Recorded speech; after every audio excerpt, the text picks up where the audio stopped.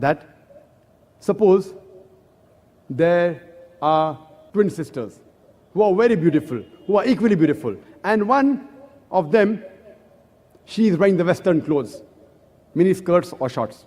And the other twin sister, she is wearing the Islamic hijab, complete body covered except the face and hands up to the wrist. And if they are walking down the streets of Bombay, maybe at Pedder Road or Nepean Sea Road, where we have many bird watchers, if they are walking down the streets of Pedder Road or Nepean Sea Road, and if round the corner there is a hooligan who's waiting for a catch, who's going to tease a girl, I'm asking the question, which girl will he tease? Will he tease the girl wearing the mini skirt or shorts, or will he tease the girl wearing the Islamic hijab? Which girl will he tease? But natural, the girl wearing the mini skirt.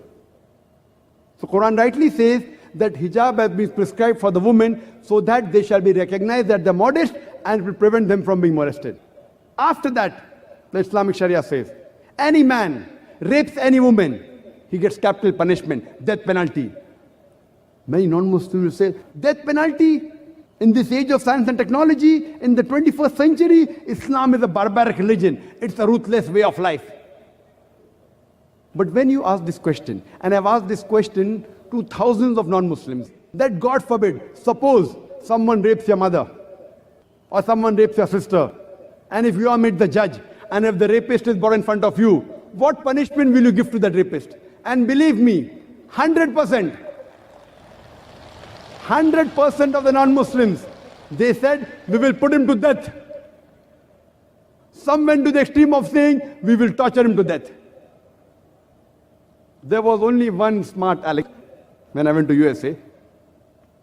He told me, the brother Zakir, I will give him 5 years imprisonment. I said, fine. Then I told him that according to the statistics of America, out of those people who are convicted for rape and they are given imprisonment, when they come out, 95% rape again. So if you want your mother to be raped again, you're most welcome. We Muslims don't want that. So he told me, if that's the case, then I would give him death penalty as the first shot.